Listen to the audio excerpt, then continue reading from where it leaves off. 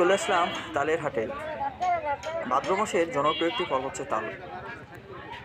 দাম ভালো থাকায় আমি নিজেও বিক্রি করার জন্য তাল নিয়ে এসেছি বাজারে।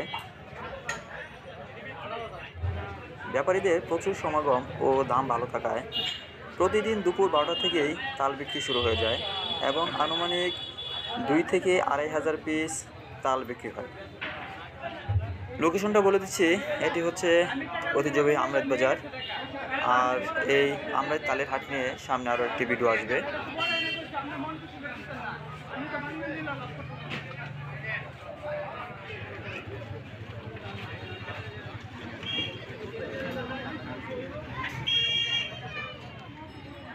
10, 15, 20 থেকে শুরু করে সর্বোচ্চ 60, 70, 80 টাকা পর্যন্ত দামের তাল এই বাজারে ওঠে